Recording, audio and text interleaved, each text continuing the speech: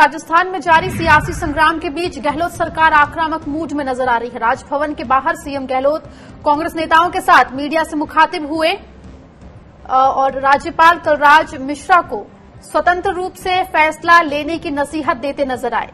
CM Gehlot ने कहा कि राज्यपाल सूबे के संवैधानिक मुखिया हैं और उन्हें किसी के दबाव में फैसला नहीं लेना चाहिए। वहीं दूसरी तरफ प्रदेश अध्यक्ष गोविंद सिंह डोटासरा ने कहा कि कांग्रेस इस राजनीतिक अत्याचार के खिलाफ चुप नहीं बैठेगी और शनिवार को राजस्थान के सभी जिलों में प्रदर्शन करेगी।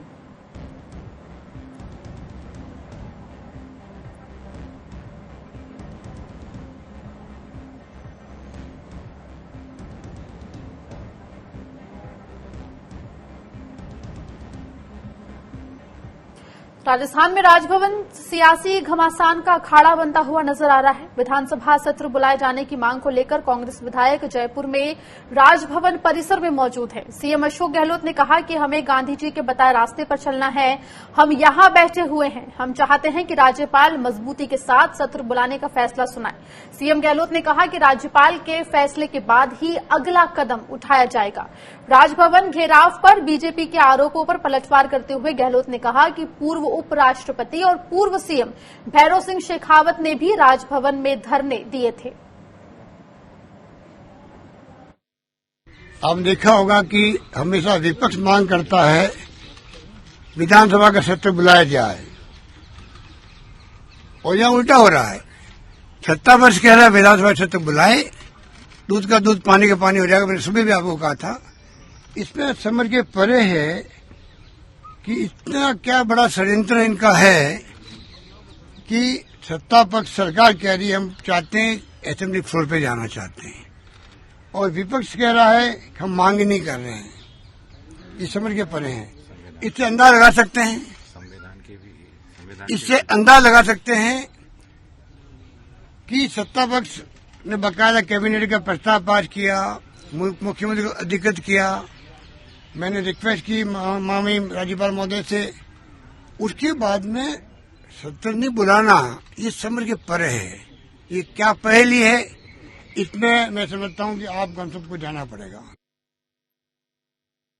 राज्यपाल महोदय कलराज मिश्र जी, जिनका अपना एक व्यक्तित्व रहा है, पक्ष विपक्ष उनका सम्मान करता है देश के अंदर, दुनिया दिल्ली के अंदर भी, और वो दबाव में नहीं आएंगे क्योंकि संवैधानिक पद जो होता है, शपथ ली जाती है, उनको कई मौके ऐसे आते हैं जिंदगी के अंदर निर्णय करने के वक्त में उनको बोल्डली निर्णय करना चाहिए। इतिहास में नाम तभी दर्ज होता है तब आप अपना संवैधानिक कर्तव्य पूरा करो। मैं यकीन करता हूं कि वो हमें जल्दी फैसला सुनाएंगे। उसके बाद में हम लोग चाहेंगे कि जल्दी जल्दी सेशन शुरू हो और तमाम समस्याओं पर हम चर्चा करें। ये हम लोग ने तय किया, इसीलिए हम लोग यहाँ बैठे हुए हैं। हमारे कांग्रेस के कार्यकर्ताओं ने मन बनाया है कि कल 11 बजे सभी जिला मुख्यालयों के ऊपर इस षड्यंत्र का पर्दाफाश करने के लिए, षड्यंत्र के खिलाफ पूरे कार्यकर्ता धरना और प्रदर्शन करेंगे और अगर आवश्यकता हुई तो हमारे ब्लॉक लेवल पे और ग्राम पंचायत और नगर पालिका लेवल पे भी हम कांग्रेस के कार्यकर्ता धरना और प्रदर्शन करके इस षड्यंत्र को विफल करेंगे। लोकतंत्र जीतेगा, षड्यंत्र अंत में हारेगा। बात करने के लिए हमारे साथ जुड़ गए हमारे रेसिडेंट एडिटर संजय वोहरा जी। संजय जी, तो यहाँ पर गहलोत बिल्कुल आक्रामक मूड में नजर आ रहे हैं और फिर एक और बार कहा कि ऊपर से जो दबाव आ रहा है उसमें काम ना करे, संविधान के पद पे बैठे उस हिसाब से अपना काम करे। साथ ही प्रदर्शन करने की बात भी कही है कांग्रेस ने कल। कांग्रेस के पास अब और कोई चारा बचा नहीं है। जब गवर्नर उसकी बात सुन ही नहीं रहे हैं तो वो दबाव बनाने के लिए धरना प्रदर्शन नहीं कर सकती, क्योंकि गवर्नर के खिलाफ और क्या कर सकती है वो। संविधान में ऐसी कोई व्यवस्था नहीं है कि आप गवर्नर के खिलाफ कोई एक्शन ले सकें। तो कांग्रेस के पास अब कोई रास्ता नहीं बचा है सिवाय इसके कि वो धरना प्रदर्शन करे, क्योंकि गवर्नर जब एक चुनी हुई सरकार की एक कैबिनेट की अनुशंसा को नकार दें तो आपके हाथ बंधे हुए हैं। अब इससे ज्यादा इसमें कुछ कहा नहीं जा सकता गवर्नर के बारे में। जी संजय जी, जिस तरीके से हमने देखा कि जो घटनाक्रम चला है उसके बाद अभी भी क्या जो विधायक हैं वो राज्यपाल के वहीं राजभवन में ही बैठे हुए हैं, कब तक बाहर आएंगे? क्या इस बारे में कोई जानकारी निकल कर गई आई है या फिर वहीं पर धरना दिया जाएगा जब तक गवर्नर नहीं मान जाते? आकांक्षा, जो कहा जा रहा है उसमें इस धरने को अनिश्चितकालीन धरने का नाम दिया गया है। इसका मतलब यह है कि धरना चलता रहेगा जब तक कि उनकी मांग स्वीकार नहीं हो जाती है। तो ये लोग वहीं पे रहेंगे। और खबर यहाँ पे भी है, मेरे पास पुष्टि नहीं क्योंकि मैं अभी स्पॉट पर नहीं था जी। कि वहाँ टेंट वगैरह से सामान भी मंगाया गया है ताकि ये लोग वहाँ पे धरना देंगे उसके लिए। तो यहाँ पर तो फिलहाल तो बने हुए हैं जो नजर आ रहा है। मैं आपके पास लौटूंगी संजय जी, हमारे साथ संविधान विशेषज्ञ मिहिर देसाई जी जुड़ गए। मिहिर जी, जो स्थिति राजस्थान में बनती दिखाई दे रही है इसे आप कैसे देखते हैं? आर्टिकल 174 का जिक्र बार बार हो रहा है और ये कहा जा रहा है कि सत्र बुलाने से राज्यपाल इनकार नहीं कर सकते, क्या कानून कहता है? देखिए, अभी पहला तो मुझे ये कहना था जो डिसीजन दिया है राजस्थान हाईकोर्ट ने आज या कल, जो डिसीजन दिया है राजस्थान हाईकोर्ट ने आज सुबह जो दिया, वो मेरे हिसाब से गलत डिसीजन है। इसलिए है कि सुप्रीम कोर्ट ने ऑलरेडी तय किया है किहोटो के केस में 1992 में तय किया है कि स्पीकर का कोई भी ऑर्डर आप चैलेंज कर सकते हैं हाईकोर्ट में या सुप्रीम कोर्ट से। स्पीकर का ऑर्डर आप, ऐसा नहीं है कि स्पीकर बोला तो फाइनल है, तो ऑर्डर आप चैलेंज कर सकते हैं, लेकिन वो चैलेंज तब कर सकते हैं जब स्पीकर फाइनल ऑर्डर दे।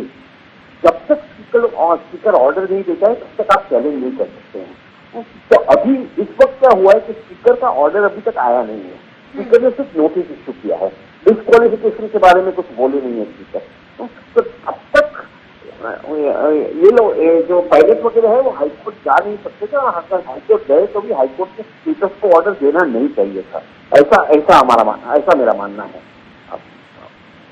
जी मिहिर जी, बहुत बहुत शुक्रिया हमसे जुड़ने के लिए और बात करने के लिए। हमारे साथ रुक करेंगे संजय वोरा जी का, जो लगातार हमारे साथ जुड़े हुए हैं। संजय जी, तो यहाँ पर जैसा कि हम अब जो बात निकल कर आ रही है वो ये कि 174 जो आर्टिकल है उसके तहत गवर्नर जब एक बार कैबिनेट प्रस्ताव पारित करती है तो उसके बाद इनकार नहीं कर सकते। तो अब जब गवर्नर इनकार कर रहे हैं तो यहाँ पे कानूनी तौर पर क्या हमें ऑप्शन नजर आ रहे हैं? आप सुप्रीम कोर्ट चले जाइए, लेकिन मुझे नहीं पता कि गवर्नर के खिलाफ कितनी आप उसको शक्तियां होती हैं। वैसे उदाहरण है, यूपी में उमेश भंडारी का जो जजमेंट था उसके खिलाफ गए हैं, उत्तराखंड में है। तो गवर्नर ने कई बार जब कंट्रोवर्शियल फैसले दिए हैं तो उसके खिलाफ सुप्रीम कोर्ट गए हैं।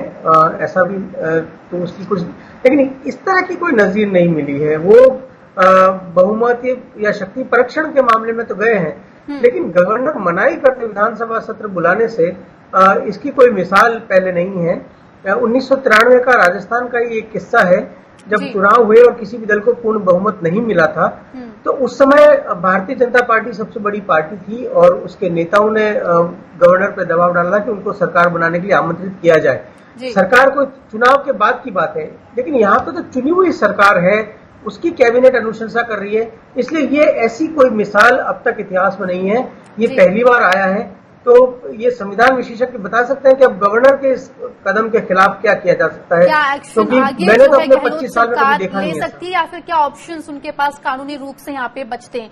शुक्रिया संजय जी हमसे जुड़ने के लिए और बात करने के लिए।